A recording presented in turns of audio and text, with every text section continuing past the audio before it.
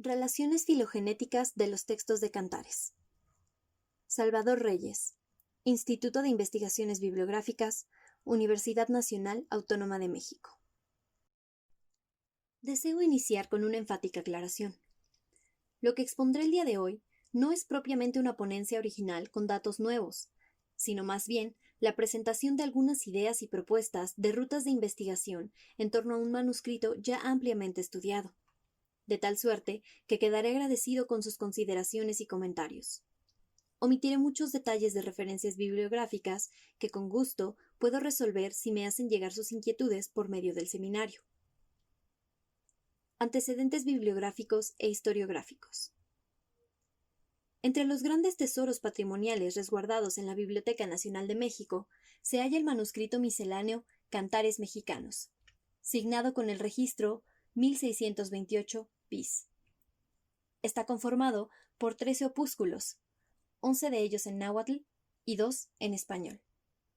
Entre ellos se cuenta una colección de cantos, muchos de los cuales son de origen prehispánico y que dan nombre al volumen en su conjunto, una traducción del latín al náhuatl de las fábulas de Esopo, una biografía de San Bartolomé, varios sermones y una historia de la Pasión de Cristo.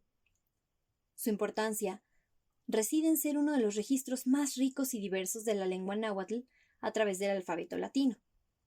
En este sentido, Cantares Mexicanos es un documento emblemático del carácter mestizo de nuestra cultura y, por ende, uno de los fieles testimonios del Renacimiento en la Nueva España. Es poco lo que sabemos sobre el manuscrito, pues por siglos se desconoció su existencia. Fue hasta el siglo XIX cuando José Fernando Ramírez lo ubicó dentro del acervo de la biblioteca de la universidad. Por encargo de este historiador, el nahuatlato Faustino Galicia Chimalpopoca hizo una copia, que hoy se resguarda en la Biblioteca Nacional de España. Unos lustros después, el mismo García elaboró otra copia para Charles Etienne Brasseur de Bourbourg, que se encuentra en la Brinton Collection del Museo de la Biblioteca de la Universidad de Pensilvania. Esta le sirvió al polifacético Daniel Brinton para dar a conocer al mundo la existencia de cantares mexicanos, pues incluyó algunos en su Library of Aboriginal American Literature, obra titánica que compendia en 8 volúmenes, poemas y cantos de diversos grupos amerindios. Debemos reconocer en Brinton al primer interesado en los cantares con fines académicos al tiempo que le otorgó valor cultural y estético. Sin embargo, hasta ahí quedó su aportación, pues en su compleja biografía, Brinton no dio continuidad a su obra.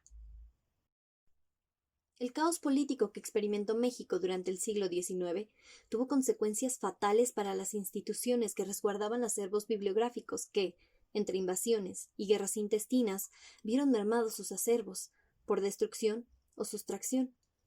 Por ello, se llegó a creer que los cantares se habían perdido para siempre. Fue José María Vigil, quien tras haber sido nombrado director de la recién creada Biblioteca Nacional, quien volvió a ubicar el manuscrito, dando a conocer su hallazgo en el 9º Congreso Internacional de Americanistas, celebrado en la Ciudad de México en 1895. Escribió Vigil: estos cantos se encuentran en un antiguo códice que existía en la biblioteca de la universidad y que había desaparecido, según consta en el libro que escribió el señor Joaquín García y Casbalceta, con el título de Apuntes para un catálogo de escritores en lenguas indígenas de América, 1886. Al organizar la Biblioteca Nacional, tuve la fortuna de encontrar el referido códice entre muchos libros viejos amontonados. En él se encuentran más 60 centenares en náhuatl, de los cuales han sido traducidos al inglés 20 y tantos por Brinton. Según este escritor, los referidos cantos, coleccionados por un fraile, son realmente de un origen anterior a la conquista, pues aunque en algunos de ellos se encuentran ideas cristianas, es fácil conocer que tales ideas fueron interpoladas. De esta forma, el polígrafo Vigil fue sensible a la importancia del contenido de por lo menos uno de los opúsculos del manuscrito. Al dar la noticia, se apreció el valor y el potencial de conocimiento que podía emanar de cantares. Sin embargo, la filología del náhuatl no observaba en esos tiempos las condiciones propicias para desentrañar su contenido. El propio Vigil escribió: Desgraciadamente, mi ignorancia de la lengua náhuatl me obstruía el camino para llegar a comprender el contenido de aquellas páginas, que aguardaban hace 3 siglos la interpretación de alguno de nuestros entendidos nahuatlatos, y varias veces pasé horas enteras contemplando esas amarillentas hojas, que cerraba al fin, desesperado de no poder penetrar su sentido para mí, misterioso. Sin entrar en el detalle de la historia del estudio de cantares, sucintamente diré que se editó el primer opúsculo, el de los cantos, en 1904 por Antonio Peñafiel. Desde entonces, diversos investigadores se acercaron al manuscrito, estudiándolo o traduciéndolo fragmentariamente. En México, destacan Ángel María Garibay, a quien la muerte interrumpió su intención de publicar la traducción del primer opúsculo como parte de su poesía náhuatl, y Miguel León Portilla, quien publicó algunas piezas en sus obras Filosofía náhuatl, Visión de los vencidos y 15 poetas del mundo náhuatl. Entre los investigadores extranjeros se hicieron traducciones fragmentarias al inglés, alemán y francés. Entre ellas, las de Leonard Schultz Jena, William Gingerich, Michel Loney, Frances Kartunen, James Lockhart y John Bierhorst. A pesar de ello, casi cerraba el siglo XX y no se contaba con una traducción íntegra. No digamos de todos los opúsculos, sino solo del primero. Se debió a John Bierhorst publicar en 1984 la primera traducción completa del primer opúsculo, del náhuatl al inglés. En México, la conmemoración del llamado Encuentro de Dos Mundos propició la primera publicación facsimilar del manuscrito, en 1994, por distintas entidades de la UNAM. En ese contexto, se creó un seminario interinstitucional conformado por historiadores, lingüistas y bibliógrafos para estudiar y traducir todo el manuscrito en su conjunto, bajo la coordinación de Miguel León Portilla y Guadalupe Curiel. En 2011, este equipo hizo su segunda entrega, que consistió en el estudio, paleografía y traducción del primer opúsculo.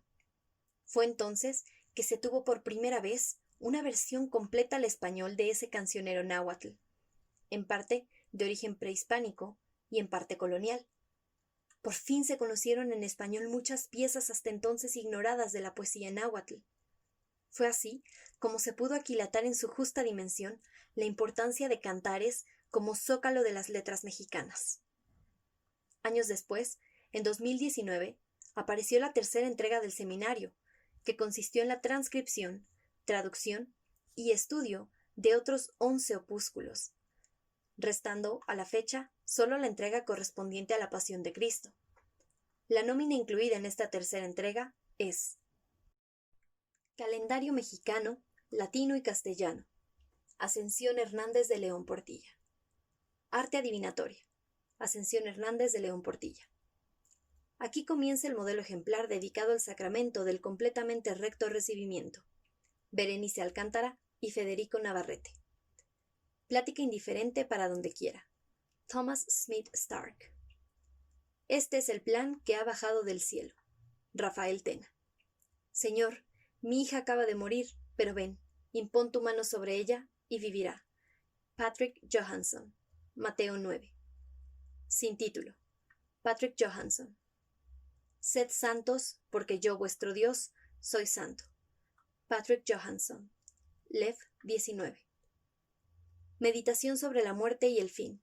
Berenice Alcántara y Federico Navarrete. La vida y martirio del glorioso y divino San Bartolomé Apóstol. Karen Dakin. Fábulas de Esopo. Rafael Tena. Estado de conocimiento de cantares mexicanos.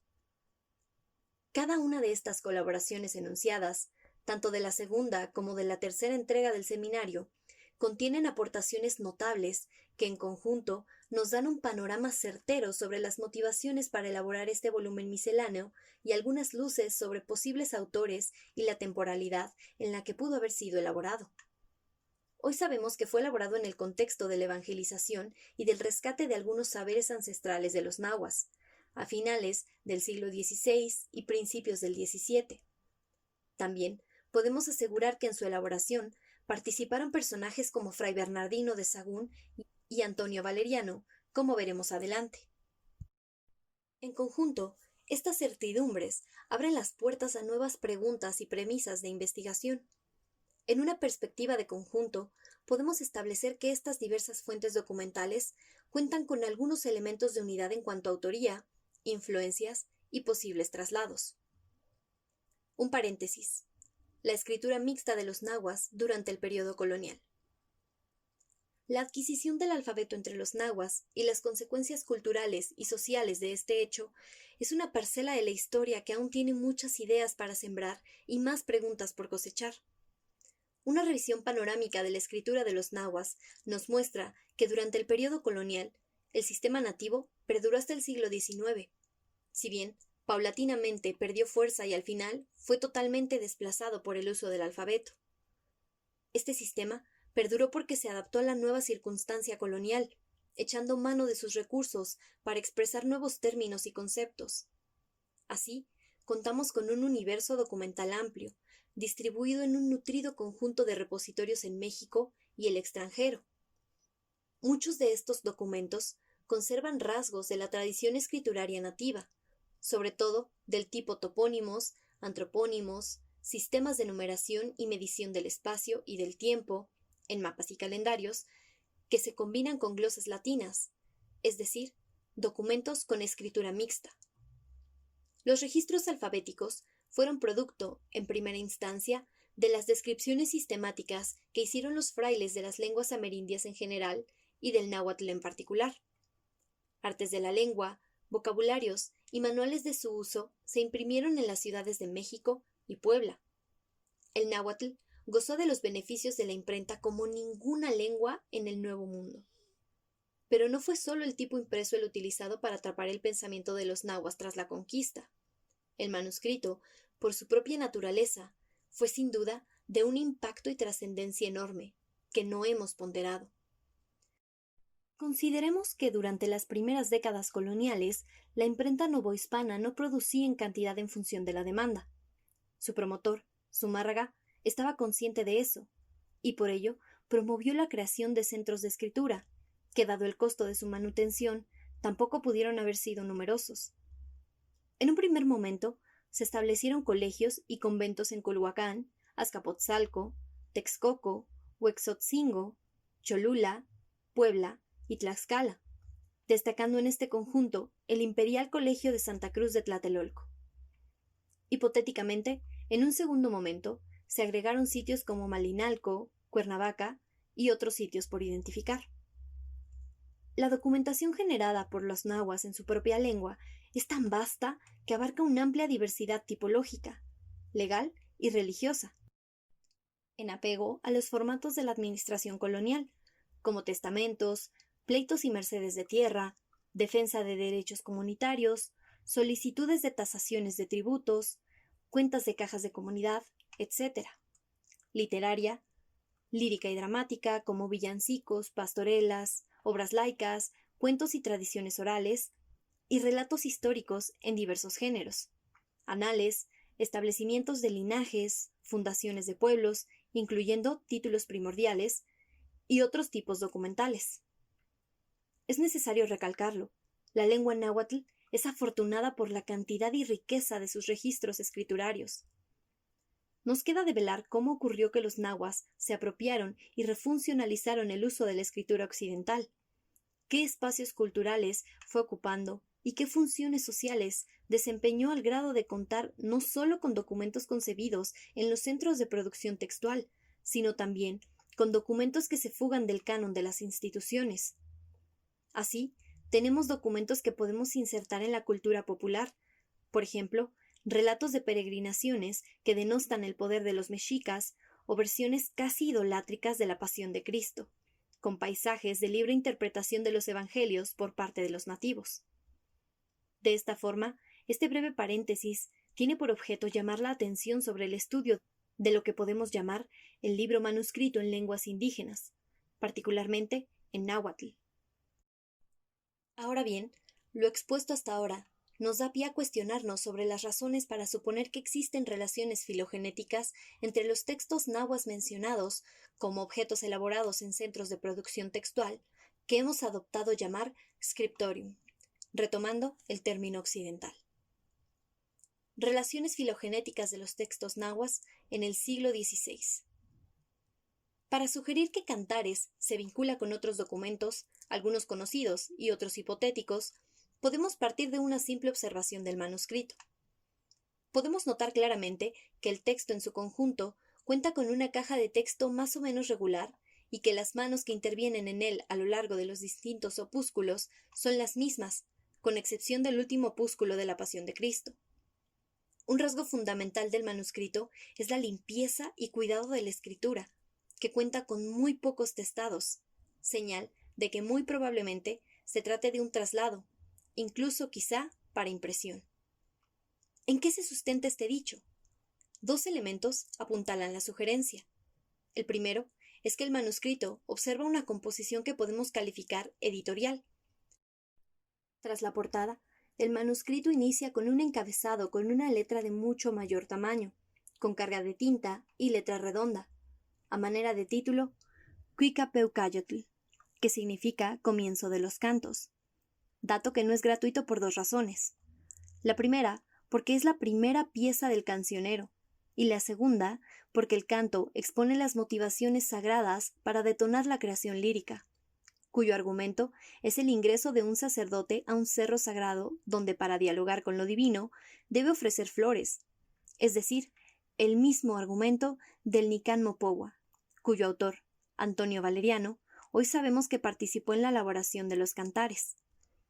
De esta forma, podemos suponer que en cuanto a contenido y autoría, Cantares y el Nican Mopohua comparten un origen al registrar la misma tradición lírica con la mediación de Antonio Valeriano como artífice.